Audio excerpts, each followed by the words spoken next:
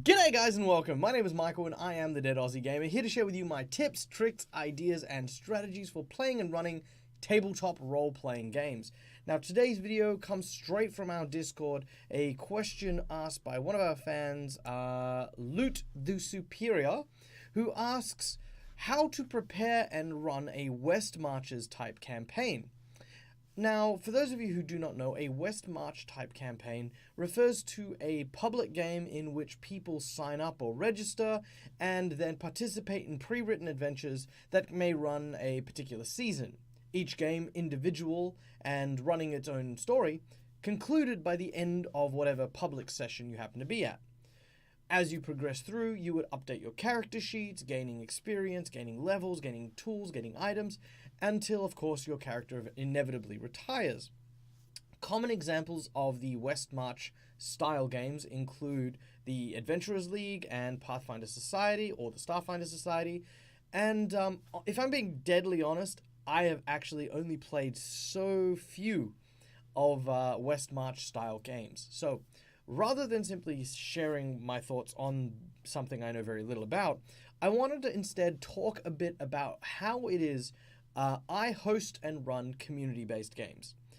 Very similar to the West March style games, my games are indeed public and open to the community, and there are definitely challenges that I have faced since I've begun my work as a professional game master that I think some people may take for granted when they approach the notion of playing in public. So, without any further ado, let's talk about hosting our community game. So, as many of you guys know, my 9-to-5 profession is hosting games out of my local youth center. For young adults, I teach them how to not only play role-playing games, but help build a whole bunch of skills that role-playing games simply build upon, such as communication skills, problem-solving skills, being able to express yourself creatively, a whole bunch of really cool and great things that these young people really need and enjoy and cherish. But as a game master, there are lots of challenges that one might face, especially when dealing with people in public. And the first thing that I've got to say is probably the highest thing, is focusing on people who, I suppose, are anxious or are suffering from some form of anxiety when they sit down to play publicly. When we play games at home or within our friend circle, there's a certain level of comfort. You know exactly what you're going into, you know the people around you, and you, of course, know how they're going to respond to your particular style of gameplay. When you're dealing with a public game, however, you don't have that kind of security, and nor do your players. So you might have a fantastic role player at your table, but they might just simply feel like they're out of place or that they're not really supposed to get right into the role play. This, as a challenge, I try to overcome by being, I suppose, a bit silly. I kind of put on extra layers of my energy, my excitement, my enthusiasm, because I want to break that ceiling. I want them to get to that point where they realize that the loudest person in the room isn't always right. You know, it's not about being correct about playing the game and having this exact and very precision method of playing, but it's about having fun and about expressing yourself and about being able to do silly things. You go and talk to the local, town general store manager, and he happens to be this crazy old man with a speech impediment. You know, little things like that open them up and allow them to bloom as role players. So yeah, that's definitely something I recommend if you ever host a public game. Take a moment to gauge who might be feeling a bit anxious. Definitely don't approach them and say, "Hello, are you feeling anxious? Would you like some help with your anxiety?" No one likes that. Don't ever do that. Instead, simply just show them that it is okay for them to have a laugh. Even if it's at your expense, it breaks that wall and helps them feel a bit more comfortable. The second big thing for a public game obviously comes down to preconceptions. Everyone that arrives at the table has a preconception of what they expect from your campaign. Some expect that they will get from point A to point B by the end of the 4-hour bracket.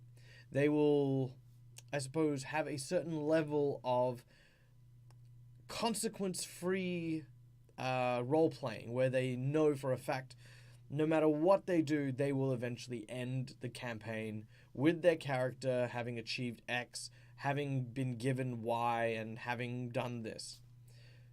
That is a definite way you can handle things, and definitely with the West Marches games, there is a certain expectation around that. I've definitely experienced in my particular circles scenarios where I've gone to things such as Adventurers League or the Societies, and players have pre-read the adventure because they're available to download, and they've turned up and they've actually corrected the GM on various points, and they've said, well, actually, you need to go this way, or actually, there's a thing over here. Okay, let's not focus too deeply on this type of player, because this type of player is not necessarily common, but as a GM, you need to be aware of what to do when that player shows up.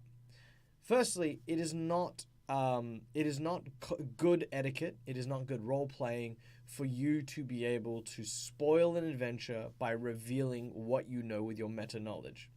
If a player does that, take a moment. I know this sounds very weird, but when it happened to me, actually, where I found out that one of my players was, in fact, downloading the material that I was running, and was basically getting ahead of me and spoiling the game for everyone by saying there's a trap here, or there's monsters here, or there's this, that. Take a deep breath, because I didn't. I kind of reacted in a very poor way. But in hindsight, being able to collect myself and bury, I suppose, or quell the rage that I was feeling from having a player like that helped me deal with them, because this is a public game. And you want to encourage them to come back to games, even if they're not really a great player. You want to encourage them to be a great player. You want to encourage them to keep coming back so they can learn how to do it properly. So what you need to do is you need to outline the fact that there are consequences for reading this sort of stuff and revealing it. If they want to read stuff and ruin it for themselves, that's perfectly fine. There's no qualms, there's no problem, and there's nothing you can really do about it. However, what you need to make very, very clear is that everyone here is here to have a great time, is here to have fun, and some people enjoy the mystery.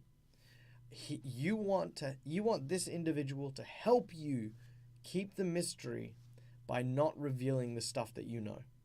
And that's literally it.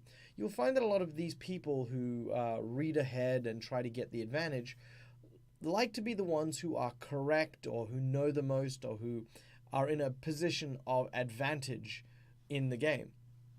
So when you as a GM take that back seat, when you take that position where you're like, I need you to help me do this, you'll find that those players tend to really latch onto this notion, and they will actually end up holding back and not spoiling things, because in their way they know, well, I know this, but I can't tell them, but I can't wait to see how they react, which is the best you're going to get out of those situations.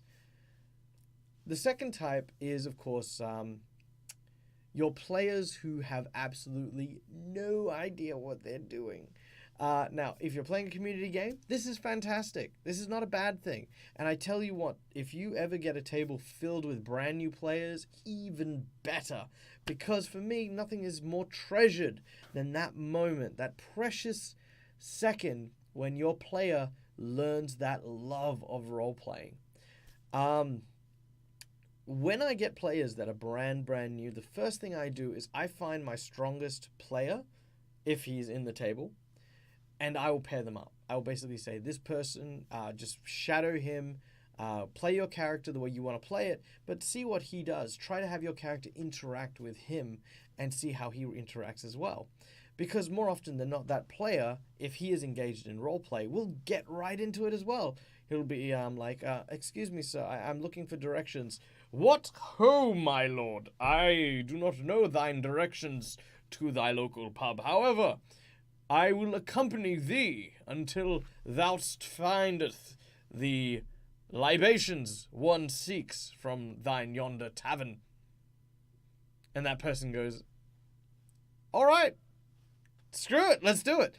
And that's great. That's awesome. You know, getting passionate people involved means that you share and spread that passion to other people.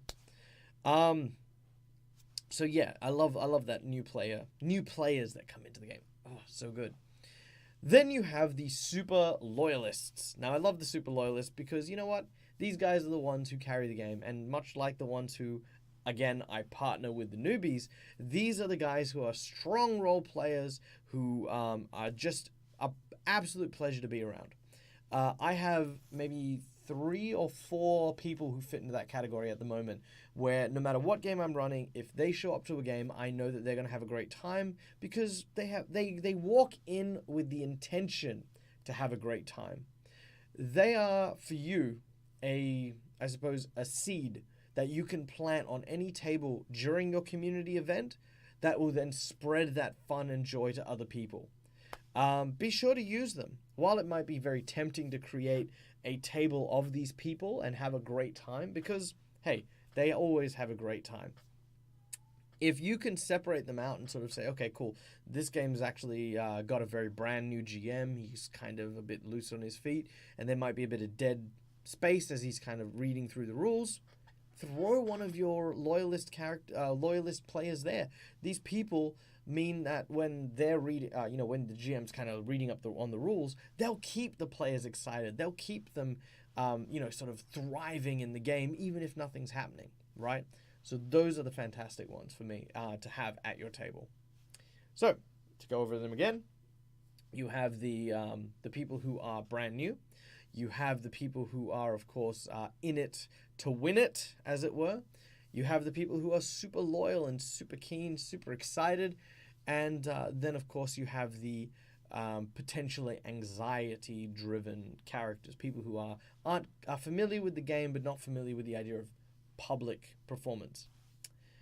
So with those people in mind, any GM worth their salt will keep those 4 people at the top of their priority list. There are tons of others that will show up at your game, but these 4 in particular will show up the most, I feel, when you are hosting a community game. All right. With this being said, let us look now at the types of community games you are able to run. The first is what I like to call a small-scale public game. This is where you run a table no bigger than the one that you would run publicly, and you maybe have a wait list, you maybe have a capstone. The first thing I got to say is set your capstone. Know how many players you can comfortably run with. Now, I've run games with 21 kids, and I will tell you this. Every time I run one of these 21 player games, I am exhausted. I am tired. By the end of it, I'm my eyes are like falling out of my sockets. I just can't deal with that kind of game for too long. And I feel like very few people can. My limit, I'd say, is about 8 people. Any more than 8, and it starts inverting my effort. The more effort I put in, the worse of a GM I am. 8 is kind of the max before that point. That might not be everyone's point. You might say 4 is your maximum or 6 is your maximum.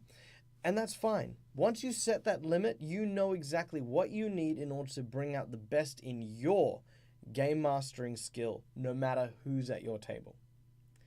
The second thing for the small scale games is to make sure that when you have your seats, you fulfill them, right? If someone is dedicated to your table, have that person dedicated to it, right? Create a sign-up sheet, create a spreadsheet where they can sort of go, okay, cool, here, I'm guaranteeing you I'm going to show up here. And value your time.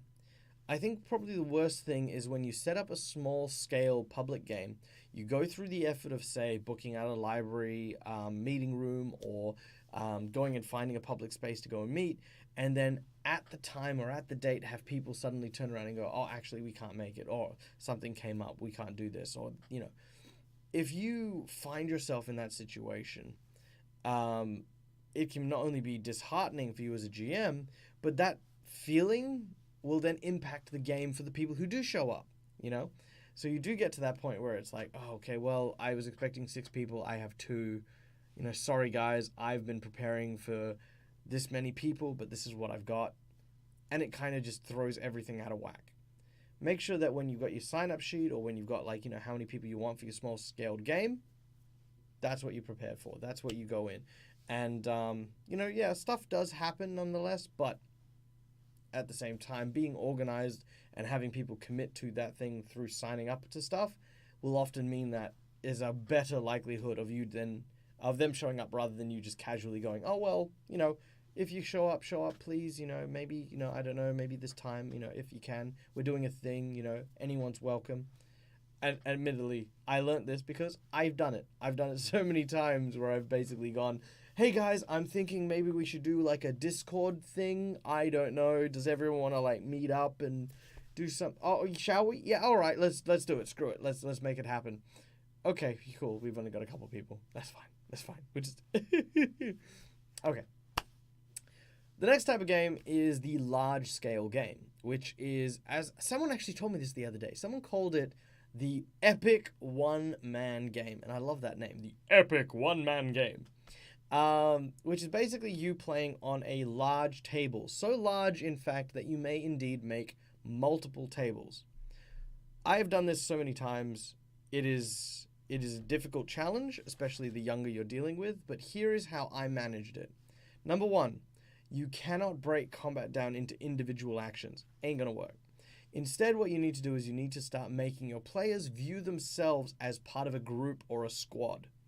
That squad then is able to take actions. For a game of, say, up to about 15, I will ideally put them into categories of ranged attackers, melee attackers, and spellcasters. That's it. 1, 2, and 3. And then from there, anyone can take individual actions if they want to. Like if someone needs to break through a door, they can make strength checks. If someone needs to disable a trap, they can use the disable device check. But if they want to go into combat, they all roll initiative, and the highest person within each group gets to use their initiative. In addition, when they take their actions, everyone needs to declare a similar attack. So, for example, we're all going to grapple someone. So all the melee guys rush in and they basically just rugby tackle this dude to the ground. Fantastic. Everyone rolls a combat maneuver to grapple or makes an athletics check to grapple. And then what we do from there is, unless someone critically fails, you take the highest amount prevalent. You then look at your casters and do the same thing. You can all cast the same spells. Even though you've all got different spells on your spell list, as long as one of you has that spell, all of you are able to cast it. You then all cast that spell. And again, similarly, if you make caster level checks, you go off the highest. So that's where I start. The next thing is when I deal damage, I also deal damage to the group. So if I have one soldier or a group of soldiers that attack the casters, all the casters take the damage. For this, there are plenty of things in Pathfinder for like troop rules and stuff like that. But for Dungeons and Dragons, what I tend to do is I tend to just pretend like it's a one-on-one fight. And then I'll maybe, depending on the CR equivalents, I'll maybe like reduce the damage by 2 points. So if it's like 1d6 plus 4, I'll make it 1d6 plus 2. I often find that just that little tiny penalty means that if everyone's taking that amount of damage, it seems a lot less daunting than if you go, no, they can wear the full thing. Because, well, yeah, I mean, technically speaking, if you lose one caster, you don't necessarily want to lose all your casters simultaneously. So that's kind of how I balance that out.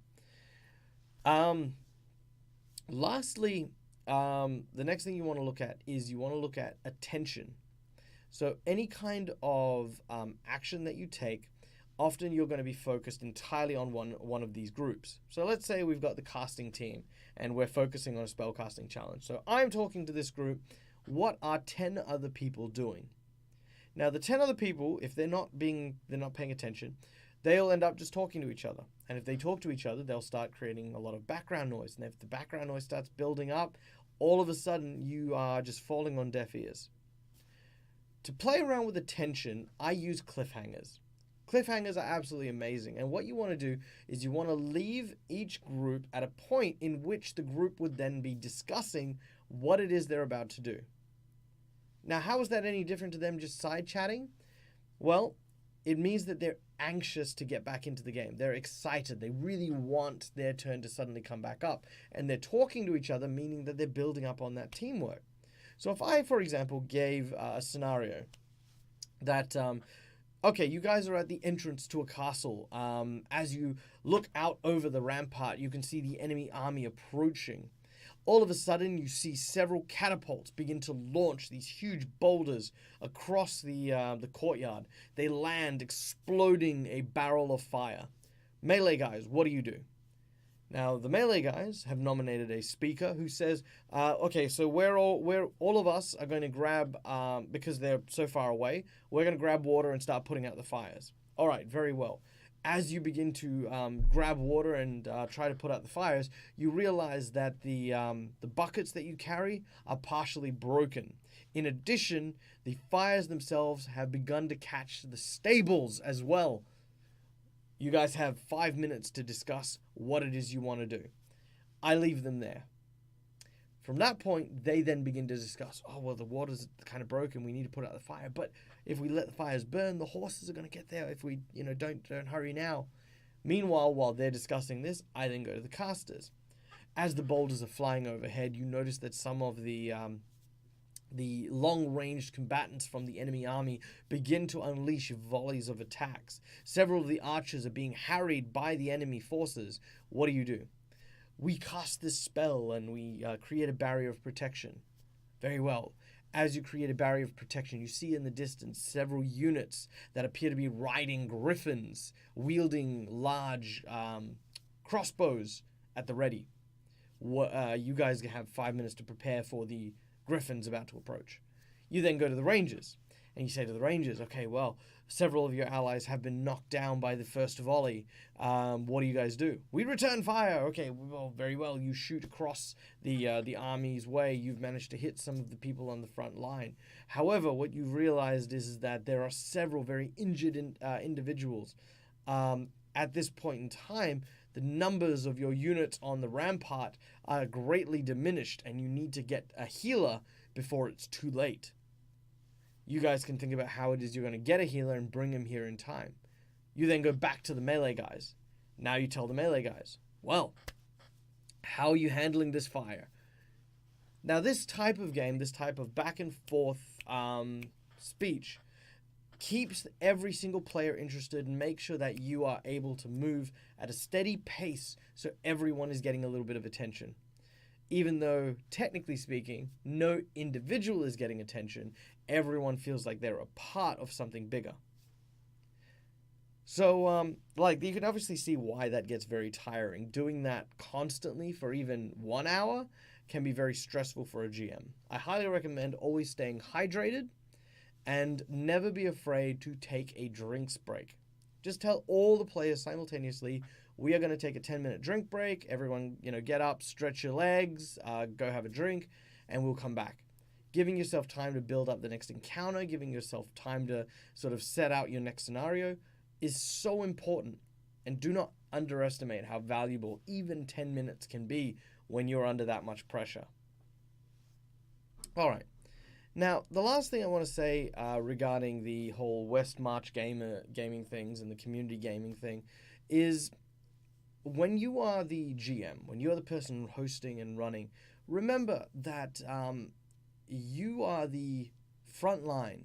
You are the first people that many will see when it comes to upholding a standard for the game. Now, you can be the kind of person who believes that all the rules need to be very stringently followed to, and that is what your mark on the people in your community is that you play the game incredibly well because you have a firm and awesome understanding of the rules of the game. You could also be the kind of person who shows people that you are loud and fun and energetic and entertaining. You could also be the person who is simply sharing your passion. Remember, as a community leader, as someone who is running games in the community, you are someone who should be well presented, someone who is very friendly and very open, very welcoming of anyone, regardless of how much experience they have or they don't have, about whether or not they play Dungeons and Dragons or if they play Pathfinder. And most of all, you need to give them the impression that you love the game so much that you want them to feel the same love for the game that you have. Remembering these things will always serve you well, and will make sure that any game you host in your community will be the best game that they've ever played. Alright guys, thank you so much for joining. This is a very long video, and I do apologize. There was so much stuff that I actually had on this list, but thank you for sticking around. If you like this video, hit that like button, hit that subscribe button, and if you want to see more stuff, of course, come chat with me in Discord. I love chatting with people there. If you guys want to check out some of the articles that we're writing, I will be bringing on board a very good friend of mine to help me write articles for Facebook on a more regular basis, named Reese, who will be known as the Barefoot GM. Very awesome and amazing guy. Be sure to go visit his Facebook page as well. All of that stuff will be in the link below. Lastly, the Patreons. Now, we do have a Patreon thing, and we do encourage people to help support Deadaussiegamer and a whole bunch of the things we're doing. But to give everyone a bit of incentive, up until this point, the Patreon has kind of been just there for people who really want to help out. This year, we're going to be focusing on making Patreon even better and even bigger. We're going to do podcasts. We're going to do exclusive content. We're going to do written adventures, NPCs, monsters. Whole bunch of really cool stuff is on the boards there. So definitely keep your eyes on it. And literally for as little as $1 a month, you can help us keep going strong. And of course, for $40, you can even join me for a particular game, either on Sunday on US Eastern Standard Time, I think 8 p.m. off the top of my head. And we are going to be starting up a second one at 8 p.m. In the UK. That is to say, whatever UK time is. On, I believe, Wednesday nights. So we're going to be hopefully looking at opening up a game there. So if you are from the UK, then definitely take a look, because, yeah, we'll be opening up that as well. Till next time, guys, as always, from the Deadaussiegamer, make sure that you game hard or die trying. Have a good one, guys.